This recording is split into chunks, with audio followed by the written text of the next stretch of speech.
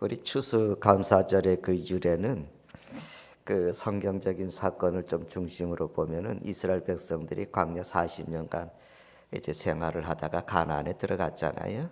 그래서 이제 첫 열매가 첫 수확을 거둘 때까지 하나님께서 이제 만나를 주셨는데 그 첫 수확을 거둬들여서 그 수확을 가지고 하나님께 감사로 이제 그 예배했던 것에서 이제 우리가 성경적으로는 유래한다고 할 수가 있어요. 그날을 이제 수장절 또는 초막절 그렇게 이제 얘기를 해서 이스라엘 백성들이 늘 광야에서 인도해 주신 하나님의 은혜를 늘 기억을 하고 또 수확을 거둘 수 있는 축복을 주신 것을 감사하고 그러면서 이제 그 감사의 제단을 쌓는 거죠.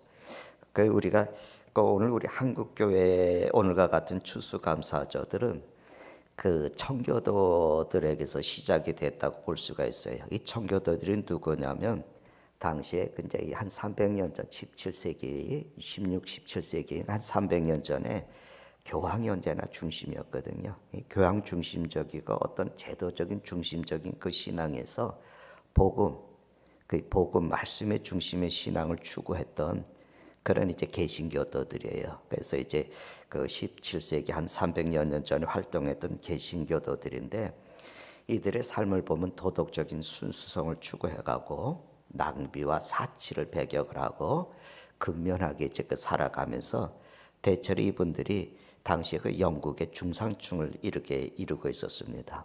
신학적으로 보면은 권위와 전통을 버리고 그리고 성경에 철저하게 하면서 아주 복음적인 성경 중심의 신앙의 생활을 하려고 그랬어요. 그랬더니 영국의 그 영국 교회가 있어서 지금 성공회가 옛날에 그 영국 교회인데 지금 영국 교회인데 그 영국 교회가 핍박을 하기 시작을 한 거예요. 그러니까 도무지 거기서 참된 신앙의 생활을 할 수 없다 이렇게 생각을 하고 그들이 이제 미국 신대륙이죠. 신대륙에 이제 거기 건너가게 되는 겁니다. 그저 한 가지예요. 그저 우리가 예수 잘 믿겠다고 말씀대로 예수님을 우리가 하나님을 믿겠다고 하는 그거 하나 때문에 정든 고향 일터들 삶의 자리 다 떠나서 신대륙 지금 미국 땅으로 건너간 겁니다. 그 과정이 쉬웠겠어요?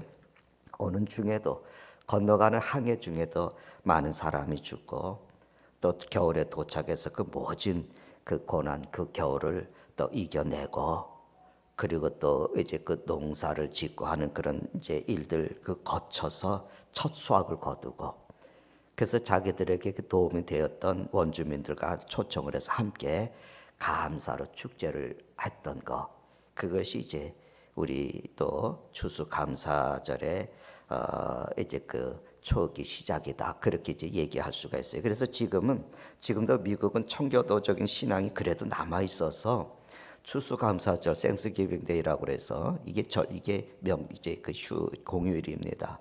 네 번째 그 매년 11월 넷째 주 목요일이 추수감사절이에요.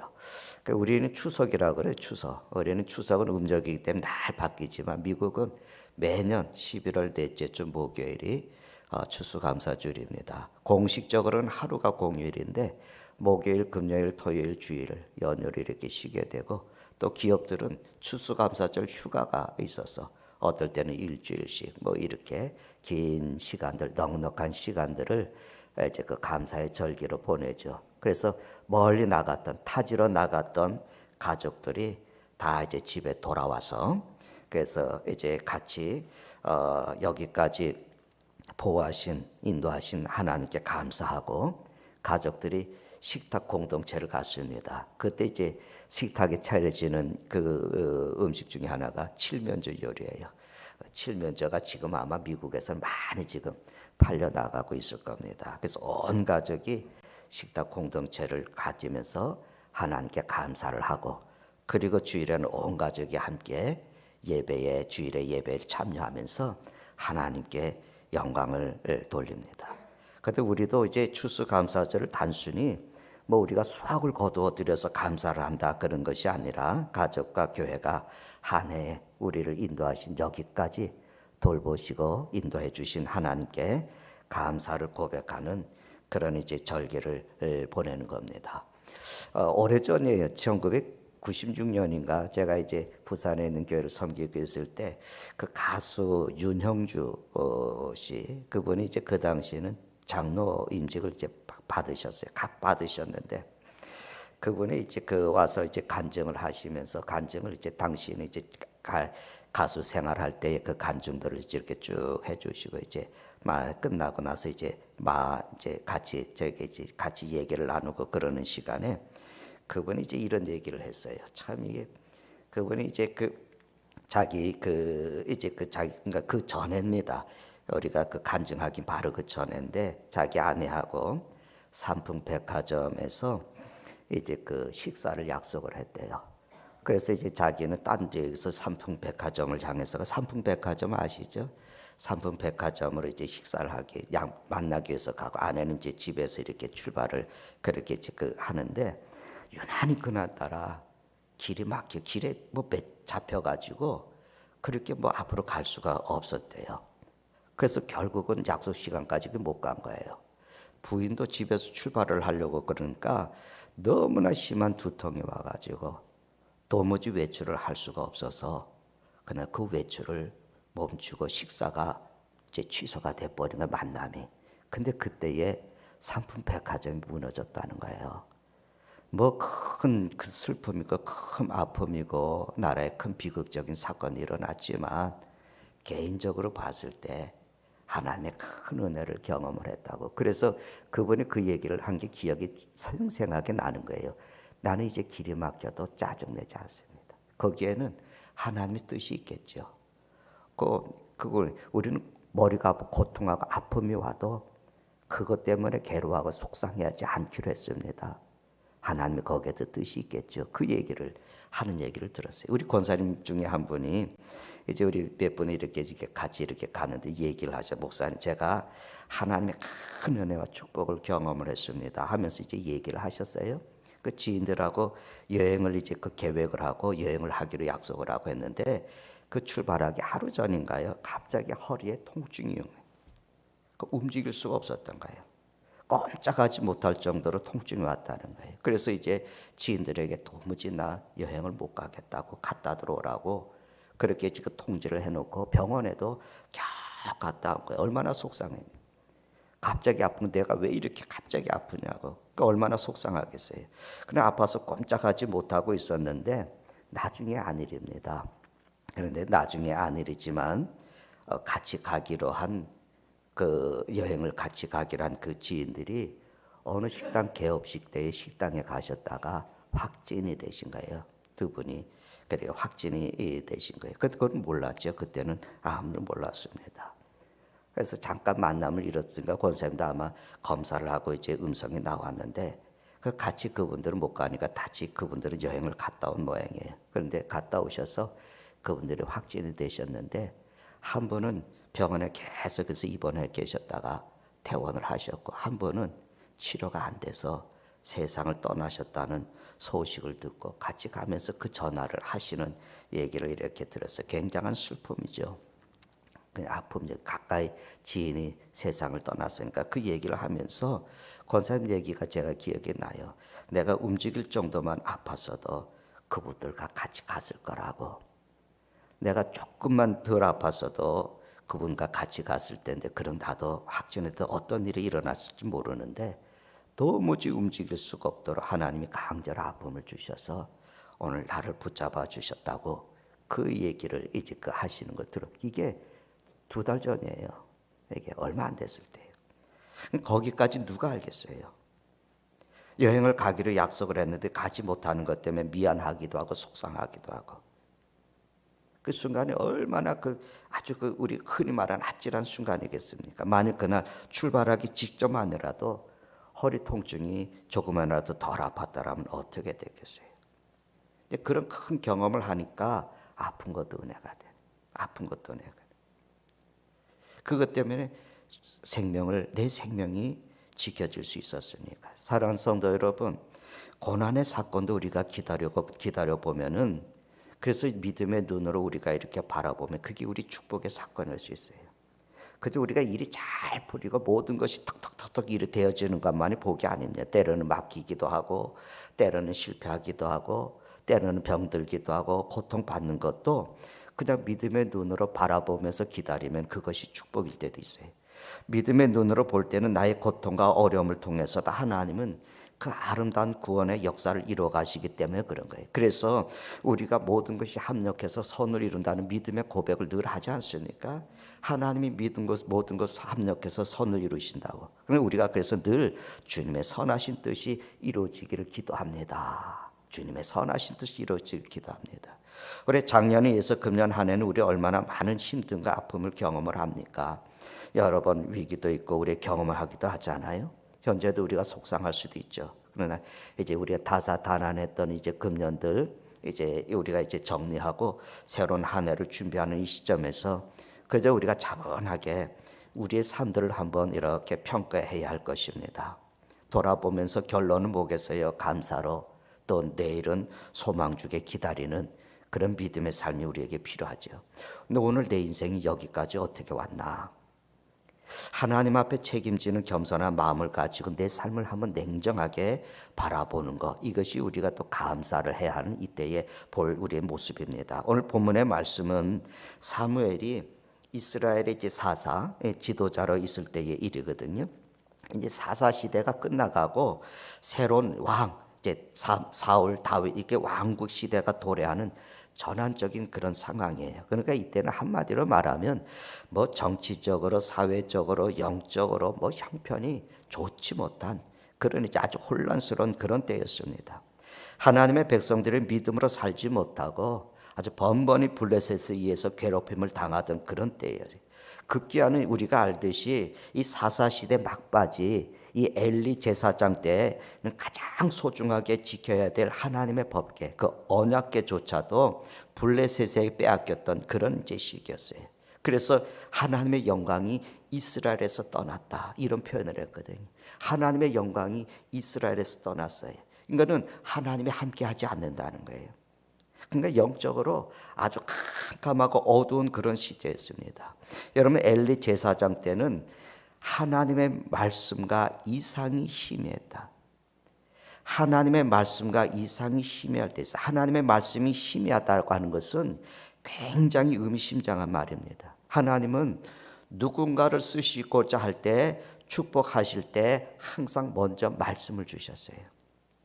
하나님이 아브라함에게 말씀을 주시고 그 말씀에 순종할 때 축복의 역사가 일어나잖아요. 그래서 항상 말씀을 먼저 주시면서 구원의 역사를 이루어 가셨어요. 하나님이 주신 그 말씀을 믿었을 때 기적이 일어나고 순종할 때 축복의 역사가 나타난 거죠. 그러니까 하나님의 말씀이 없으면 기적이 일어나지 않습니다.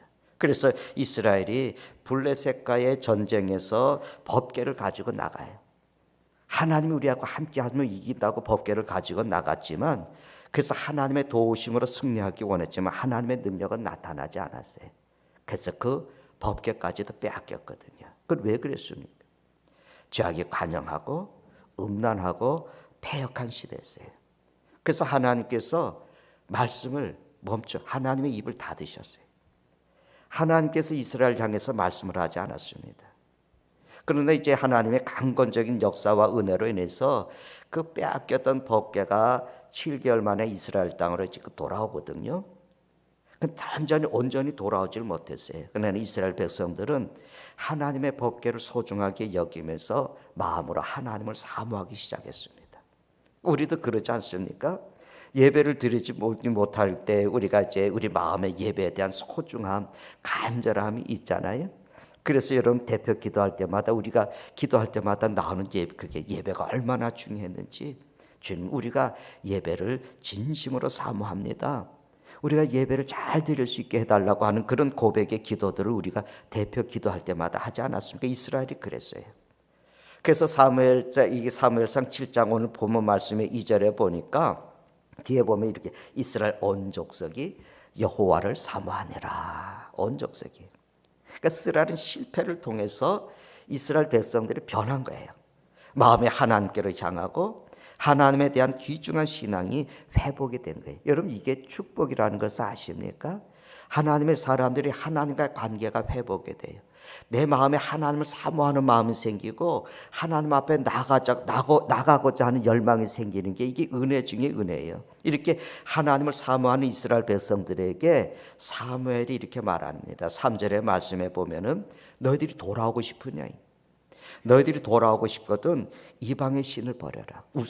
우상의 신을 버리고 너희 마음을 여호와께로 향하고 그만 섬겨라. 정말 하나님을 사모하고 하나님께 돌아오고 싶으면 이제 마음을 하나님께 향해서 그만 섬기라고, 다 버리라는 거죠. 그래서 이스라엘 백성들이 최근에 경험한 일련의 사태에 대한 처방이 바로 그거였습니다. 모든 문제의 근원, 그 원인은 뭐냐면 죄에 있었어요. 근데 어떤 죄냐면 그들의 실패는 하나님과 바른 관계를 맺지 못한 데 있는 거예요.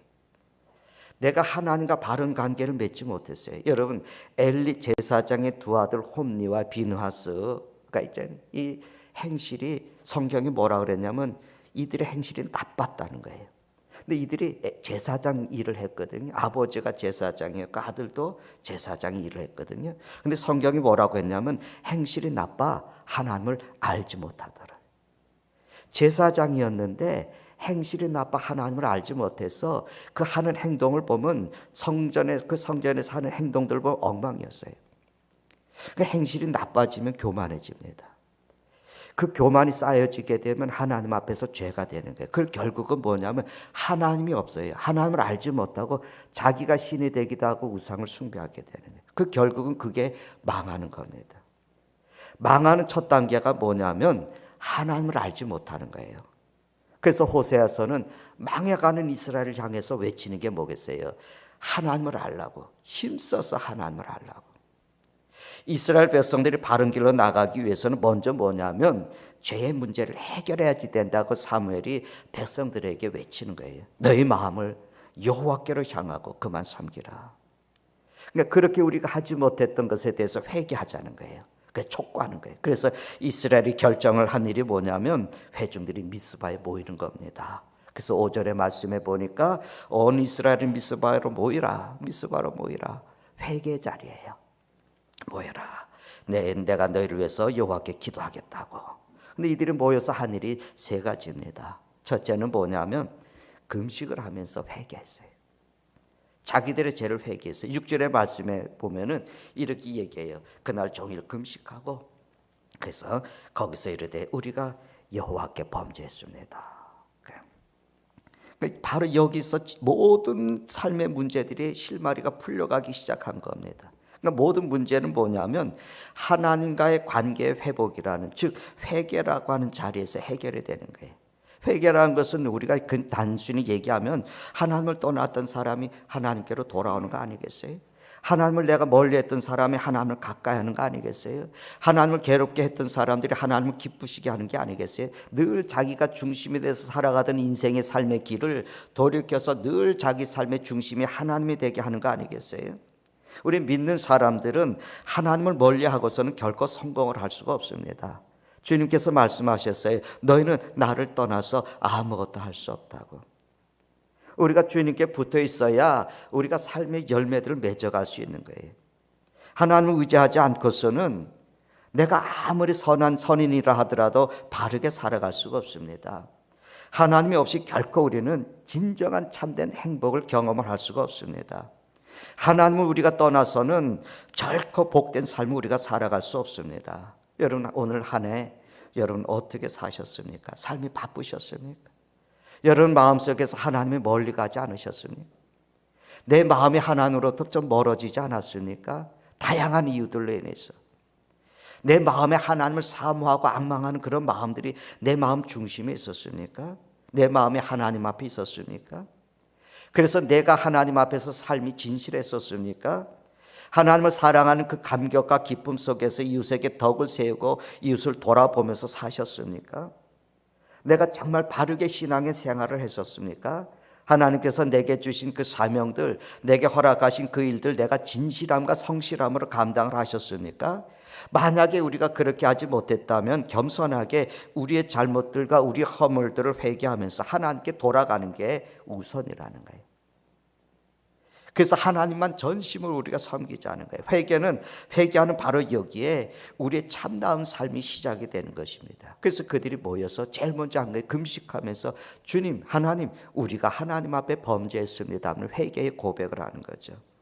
두 번째로 그들이 하는 것은 그 다음에 구원을 요청해, 하나님께 구원을 요청했어요. 여러분, 이스라엘 백성들이 미스바에 모여서 이제 그렇게 회개하는 일들이 일어나는데, 블레셋에서 이스라엘 사람들이 미스바라고 하는 곳에 다 모였다고 하는 소식을 듣고는 군대를 만들어서 쳐들어온 거예요.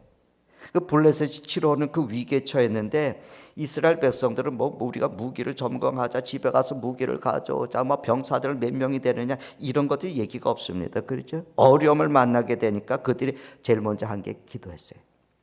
하나님, 우리를 구원해 주십시오. 두려운 것은 마찬가지였어요. 그런데 두려움에 대처하는 방법이 달라졌습니다. 하나님을 의지하면서 하나님의 구원을 기다린 거예요. 오늘 8절에 있는 말씀을 보십시오. 거기에 보니까, 뒤에 보니까 우리를 블레셋 사람의 손에서 구원하시게 하소서. 사무엘을 향해서 우리를 위해서 기도해 주십시오. 그래서 하나님께서 우리를 블레셋의 손에서 구원하게 해달라고 그런 요청을 하는 거예요. 어려움을 당하는 순간에 이스라엘은 흩어지지 않았어요. 도망가지 않았어요. 자신들의 힘이나 능력도 의지하지 않았어요. 하나님의 종을 찾으면서 우리를 위해서 기도해 주십시오. 그러면서 하나님, 우리를 구원해 달라고 구해 주십시오. 전적으로 하나님께 매달렸어요. 그들이 하나님께 한 마음으로 기도했다는 거죠. 얼마나 큰 엄청난 변화입니까? 우리는 어떻습니까? 어떤 무당이 예수님을 영접을 했어요. 무당들이 예수님 영접하는 경우도 많아요. 그렇다고 여러 무당한테 가서 뭐 점치고 그러지 마세요. 그 무당 예수님을 믿고, 무당이 예수 믿었으니까 얼마나 얘기거리가 많아요. 그 여기저기 이제 간증하러 다니는데, 이분이 간증하면서 하는 얘기가, 자기가 무당을 했을 때 자기에게 점치고 오는 사람들 중에 20%는 기독교인이래요. 자기에게 오는 사람들의 20%는 기독교인이라는 거예요. 여러분들 사주 봅니까? 여러분, 무슨 어려운 일이 있으면, 갑자기 큰 일이 있으면 사주부터 봅니까? 운부터 한번 세보십니까? 여러분, 집을 살려고 그런데도 이렇게 지형을 보면서 뭐 좋은 환경이면 좋겠죠. 어려움 당한 순간 누구를 먼저 찾으세요? 내가 다급해졌을 때 가장 먼저 누구를 찾으세요? 이스라엘 백성들은 주의 종을 찾은 거예요. 우리를 위해서 기도해 주십시오. 여러분, 누구를 찾아? 주님을 먼저 찾으십니까? 교회를 먼저 찾으십니까? 전심으로 하나님 앞에 나가서 구하십니까? 오늘 우리는 정말 어려울 때거든요. 교회가 영적으로도 힘들고 어려울 때, 여러분도 마찬가지예요. 우리 그리스도인들은 교회와 우리의 신앙이 연결이 돼 있어요. 가정도 연관이 돼요. 그래서 늘 우리가 같이 공동체를 가지고 서로 기도해 가야 되는 겁니다. 다 무너진, 여러분, 그리스도인이라고 여겼던 사람들이 이런저런 이유로 인해서 교회로부터 멀어지잖아요. 이거 바로 뭐겠어요? 하나님으로부터 멀어지는 거예요. 밝은 미래를 향해서 나가는 것이 아니라 자꾸만 멀어지는 거예요. 그 끝은 어떻겠습니까? 우리가 늘 그 기도하는 삶, 그래서 주님의 구원의 도우심을 우리가 간구하는 그 무엇보다도 가정을 위해서도, 또 내 삶을 하나님 앞에서 내 삶의 모습을 위해서도 열심히 기도하는 게 그렇게 이제 필요한 거예요. 그렇게 구원을 요청하고 이스라엘이 한 게 뭐겠습니까? 세 번째는 이겁니다. 사무엘이 이제 온전한 번제를 드려 양을 취해서, 그러니까 불을 태워서 하나님 앞에, 이게 오늘 우리 예배거든요. 그 와중에 지금 블레셋 사람들이 지금 이스라엘을 치겠다고 오고 있는 그 와중에 그냥 다 흩어지고 도망간 게 하나님 앞에 구원을 요청을 하고 하나님 앞에 예배를 드리는 거예요. 그렇죠? 그 9절의 말씀 한번 보세요. 거기에 보니까 어린 양을 취해서 온전한 번제를 여호와께 드리고 이스라엘 위하여 여호와께 부르짖었더니 뭐라 그랬습니까? 여호와께서 응답하셨더라고. 하나님이 응답하셨어요. 말씀이 희미한 시대잖아요. 예배가 회복이 되어지니까 하나님이 응답을 하셨어요. 이 온전한 번제라고 하는 것은 뭐냐면 우리가 하나님께 드리는 희생의 제물이죠. 그러니까 우리가 주님께 드리는, 우리 자신을 주님께 드리고 의탁하는 예배입니다. 여기에서 우리가 여기에서 그리스도인만을 깨닫는 승리의 법칙이 있어요. 우리가 온전히 우리 자신을 하나님께 의탁하는 거예요. 내 자신을 온전히 주님께 드리는 거야. 하나님의 법칙은 나를 하나님께 번제로 드리는 것 속에서 여러분 역사가 일어나요. 이게 우리 예배거든요. 신령과 진정으로 드리는 예배, 그렇죠? 신령과 진정으로 드리는 예배. 하나님께 예배 드리는 것이 내 삶의 최우선이 되는 게 그리스도인의 삶의 모습입니다. 그것이 내 인생의 모든 중심과 초점이 하나님께 있다는 거예요. 하나님께 영광을 돌리는, 하나님의 이름을 높이는 이 예배가 우리 삶의 중심이 되는 거죠. 그때 번제를 드렸더니 무슨 일이 일어났어요? 하나님의 강건적인 기적의 역사가 일어납니다. 10절의 말씀 보실까요? 이스라엘 사무엘이 번제를 드릴 때 블레셋 사람이 이스라엘과 싸우려고 가까이 왔다고. 예배 드리는 중에 막 적군이 쳐들어왔어요. 여기 우리 이 안에서 무슨 소리 들어났고 웅성웅성 아마 그러겠죠. 막 적군은 찾아요. 그렇죠? 근데 하나님이 역사하셨어요. 그날 블레셋 사람에게 큰 우려가 발해서 그들이 혼란스럽게, 어지럽게, 혼란스럽게 해서 다 도망가 버리는 말. 사랑하는 성도 여러분, 기적의 역사는요, 우리가 하나님의 이름을 높이는 곳에 나타나요. 내 인생의 기적은 하나님과 바른 관계가 회복이 되는 것에서 시작이 됩니다. 내 인생의 놀라운 기적의 역사는 모든 것을 주님이 주관해 주시길 바라는 중심을 갖고 살아가는 것에 나타납니다. 하나님께 예배드리는 이 시간이 지금 오늘 내 인생엔 가장 소중한 시간이 되어야 됩니다. 우리가 영적인 싸움에서 우리가 승리를 해야 하나님의 사람들은 육적의 문제 속에서도 하나님의 큰 간섭하심의 역사를 경험할 수가 있어요. 그래서 여러분 요한 사도가 요한 3서 1장 2절에 말씀하지 않습니까? 사랑하는 자여 내 영혼이 잘됨 같이 내가 범사에 잘되고 강건하기를 내가 간구합니다. 하나님 앞에서 내 영혼이 잘돼. 하나님과의 관계가 내가 회복이 되어져요. 하나님과의 관계가 내가 좋아야 돼요. 그래야 하나님께서 내 인생의 삶 속에 간섭하시는 역사를 우리가 경험할 수 있어요. 하나님과 바른 관계가 섰을 때 우리 모든 사람이 하나님을 온전한 예배자로 쓰게 될 때 내 인생 속에 놀라운 기적을 체험하게 됩니다.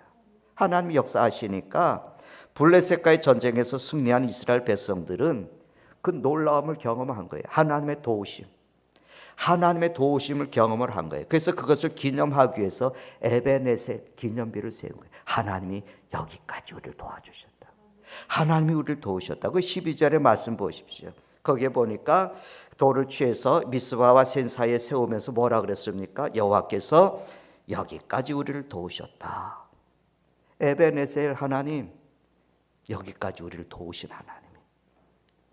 하나님의 사람 사무엘은 이스라엘 백성 모두가 이 하나님의 큰 은혜를 우리가 잊지 말자고, 우리가 이 은혜 잊지 말자고 하면서 이 승리의 기쁨과 영광을 하나님께 온전히 돌리면서 여기까지 하나님이 우리를 도우셨다고 하는 사실을 기억하기 위해서 하나님께 감사의 기념비를 세웠어요. 이 감사의 기념비를 세웠다는 건 뭐겠어요? 그걸 볼 때마다 늘 하나님이 우리를 도우신 것에 대한 감사. 그래서 그분의 이름을 찬양하는 거죠. 그분의 구원을 감사하는 거죠. 여기까지 우리를 도우셨습니다. 에베네셀이. 우리가 신앙의 생활을 하면서 하나님에 대한 이런 고백 우리가 하잖아요. 하나님 우리의 도움이시라고. 전 여러분이 이런 이 고백을 늘 믿음으로 하실 수 있기를 바라요. 그런데 이게 그걸로 끝나버리면 안 돼요. 그 다음에는 감사가 사라지잖아요. 감사를 잊어버리잖아요. 기억할 기념비가 없는 거예요. 하나님은 우리에게는 어떤 하나님이십니까? 하나님의 이름에 하나님의 속성과 우리를 향한 하나님의 마음을 헤아릴 수가 있거든요. 오늘 성경에서는 하나님을 뭐라고 그래서 에베네셀 하나님이. 우리 하나님은 에베네셀 하나님, 무슨 하나님이에요? 여기까지 도우시고 그 인도해 주신 하나님이에요. 우리가 잘 아는 하나님의 이름 기억해 보세요. 무슨 하나님이 있습니까? 임마누엘 하나님이잖아요. 지금 여기 나와 함께 하시는 하나님이에요. 지금 여기서 나와 함께 하시는 하나님. 근데 뭐가 두려워요? 뭐가 염려가 되고 뭐가 걱정이 돼요? 하나님께서 역사하시면 우리를 바라셔서 우리를 치려고 하는 대적을 무너뜨리고 혼란스럽게 하신 그 하나님의 역사인데, 임마누엘 하나님, 나와 함께 하시는 하나님, 나와 함께 하시는데 뭐가 두려워요? 뭐가 염려가 되고 뭐가 고통스러워요? 우리가 뭐라고 얘기합니까? 우리가 아는 하나님, 뭐 많은 하나님의 이름이 성경에 나오지만 여호와 이레 하나님, 내 인생을 준비하고 예배하신 하나님, 내 앞을 예배해 가신 그 하나님, 그 하나님을 내가 고백을 하잖아요. 여기까지 도우신 하나님, 그 하나님 지금도 함께 하시고 도우시고 앞으로도 우리의 앞길을 인도하실 하나님이시라고. 그러니까 이 믿음을 우리들도 본받아야 돼. 하나님의 축복을 영원히 지키는 길은 뭐냐면 주께서 행하신 그 일들을, 그 은혜를 잊지 않고 늘 감사하는 거예요. 감사는 그냥 되지 않아요. 감사하는 자를 하나님 기뻐하시는 거죠. 하나님의 은혜를 잊지 않고 마음속에 그것을 영원히 기억할 때 우리는 어떤 형편에 처하더라도 감격한 삶을 살아갈 수 있어요. 그래야 베풀어 주신 그 은혜, 우리가 오늘 추수감사주를 보내면서 그 은혜, 하나님의 은혜를 마음속에 다시 한번 새길 수 있는 감사의 그런 기념비가 될 수 있기를 바랍니다. 여러분 사진 몇 카트만 보도록 할게요. 여러분 사진은 몇 카트인데 한번 천천히 한번 돌려봐 주세요. 네. 또 한번 돌려봐 주세요. 예. 몇 카트가 되나요? 예, 그거 이제 그렇게 한번 그렇게 한번 놔줘 보십시오. 예. 이게 뭐냐면 발리섬, 힌두교들이 주로 되는 발리섬에 세워지는 선교센터예요. 그런데 이제 지난 월요일에 이제 그 선교사들을 조금 이제 만났는데, 이제 저 목사님 친구들 같이 이제 만남을 이제 가졌는데, 발리에 지금 선교센터가 지금 세워지고 있다는 얘기를 그것도 간증도 이렇게 들으면서 또 한편으로 충격이 됐는데, 선교센터는 1층에 50평이고 이제 2층에 한 50평 되는 자그마한 그런 이제 건물이에요. 그래서 현지인들을 좀 교육할 수 있는 2층에 현지인들을 교육할 수 있는 공간을 좀 만들고, 또 아래층에는 이제 선교 봉사 오시는 분들, 또 이제 이런 분들을 숙소도 좀 이렇게 머물 수 있는 그런 공간들도 이렇게 지금 만드는 그런 이제 계획인데, 2월에 이제 그 완공이 계획이 돼야 되는데 조금 멈춰 있는 그런 모습이에요. 제가 센터에서 이제 얘기를 들었는데, 이 센터를 짓는 동기가 참 감동이 됐어요. 어느 교회에, 서울의 어느 교회 성도 한 분이 담임 목사님을 찾아간 거예요. 자기가 하나님께 받은 은혜에 대한 얘기를 하면서 내가 그 감사로 선교하는 일에 내가 드림이 되고 싶다, 그렇게 의논을 한 거예요. 근데 이분이 어떤 분이냐면 혼자 벌어서 사시. 그렇게 힘드니까 나라에서 삶에 도움을 주시는 분이에요. 그걸 수급자라 그러나요? 그래서 이 삶에 도움을 주고 나라에서 도움을 받으면서 사시는 그분이에요. 근데 이분이 무슨 선교를 위해서 무슨 헌금을 하실 수 있겠어요? 근데 이 성도가 내놓은 헌금이 얼마냐면 3천만 원이었어요. 이분이 자기 평생에 아끼고 모은 거, 그거를 선교 헌금으로 내놓고 내가 받은 이 복음의 기쁨을 다른 사람들도 경험하면 좋겠다고 그걸 목사님한테 내놓은 거예요. 목사님이 이거를 어떻게 써야지 되는지 고민을 하고 있다가 선교사를 만나서 의논을 하고 발리 힌두교 있는 곳에 선교센터를 짓자. 거기는 우리보다 돈이 많이 들어가는 데가 아니니까 선교센터를 짓자. 근데 발리에는 선교센터가 또 하나가 있어요. 대형 교회가 세우는 선교센터가, 아주 웅장하게 세우는 선교센터가 있는데 활용을 못 하고 있어요. 거기에 법규를 지키지 않고 막 건물을 막 밀어붙여서 지었기 때문에 그저 선교 그 교회에서 부목사 한 사람 내보내고 있지만 활용을 못 하고 있어요. 그런데 발리 선교센터를 지어서 지역 주민들에게 복음의 씨를 뿌리자, 그렇게 결정이 됐죠. 그 모자른 거예요. 500의 도시락이 됐죠. 거기는 땅을 살 수가 없기 때문에 땅을 이제 20년 임대하고 건물을 짓고 또 20년 이제 땅을 임대하고 이제 그렇게 되는데, 근데 이 교회는 그래서 선교사님 큰 교회 가서 부탁하고 선교사 지원센 큰 교회를 부탁해서 선교 센터를 더 크게 지으려고 생각도 하지 않는 거예요. 왜냐하면 이것이 이분의 기념의 감사의 비가 되는. 그래서 조금씩 이 어려움 속에서도 그 일을 해가는 거예요. 그 힘드니까 그 선교사님 그 부인이 폐암에 이제 걸리셨어요. 사실 폐암 치료 때문에 들어오셨는데 폐암에 이제 걸리셔서 폐암을 치료하고 실손보험에서 그 뭡니까? 이제 폐암이 이제 걸렸으니까 이제 그 치료비가 일시적으로 이게 일시불 나오는데 그것도 조금 치료는 또 해야지 되니까 거기서 조금 하고 이제 그러면서 이제 건축을 이제 그 해가고 있는 겁니다. 그날도 전화가 온 거예요. 현지에서 우리나라 돈으로 3,500만 원을 더 줘야지 일을 한다고. 지금 3,500만 원이 더 들어가서 일을 해야 된다고 전화가 왔는데 그 뭐 상심한 뭘 상심하느냐고 하나님께서 필요하시면 또 주시지 않겠나고 이제 그러면서도 서로도 얘기들을 그렇게 이제 했는데 참 그 얘기를 들으면서 우리 교회 처음 시작하고 너무 거예요. 우리 큰 교회 지원을 받은 것이 아니니까. 그런데 그 얘기를 들으면서 그 얘기를 들었는데 이제 간 목사님 사모님이 불러요. 저를 이렇게 불러요. 다른 목사님 사모님 부르면서 제 아내도 저를 이렇게 부르고 이제 그 얘기를 하면서 하는데 뭐냐면 우리가 발리를 가려고 수년 전부터 여행 경비를 매달 적금을 드는 거 나는 모르는데 사모님들께 모여서 발리에 가려고 매달 조금씩 한 10만 원씩 적금을 수년을 적금을 한 거예요. 근데 그 사모님들이 한 거예요. 목사님 우리 이렇게 하고 있었는데 우리 발리 가지 맙시다. 가더라도 나중에 갑시다. 그러면서 그 자리에서 해약을 하고 이걸 해약하고 이 선교센터에 우리가 씨를 뿌리십시다. 그렇게 이제 얘기를 너무나 감격이 되는 거예요. 그래서 돌아오면서 하나님이 내가 사실은 그날 올라가기가 좀 마음이 좀 찜찜했는데 하나님이 이것 때문에 이 모임에 나를 오게 하셨나 보다. 그래서 돌아오면서 정말 기뻤어요. 정말 기뻤어요.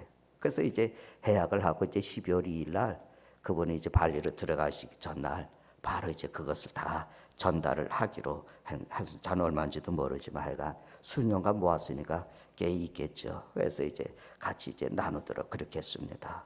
너무 잘하시는 거예요.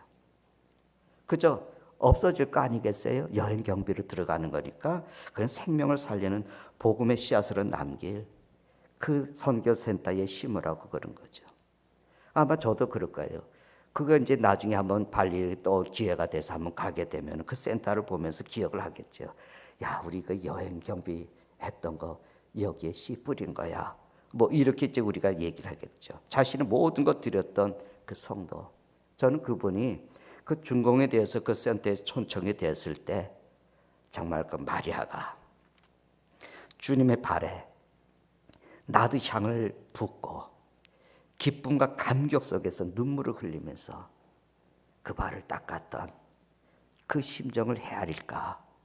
아마 그 심정을 헤아릴 거다라는 그런 생각을 합니다. 여러분 무슨 감사의 기념비 세우셨어요? 보고 감사할 일들이 무엇이 있습니까? 우리가 돌이켜보면서 오늘도 우리 삶의 에베네셀 감사합니다. 여기까지 나를 도우셨습니다. 그런 고백의 역사들이 우리도 함께 있기를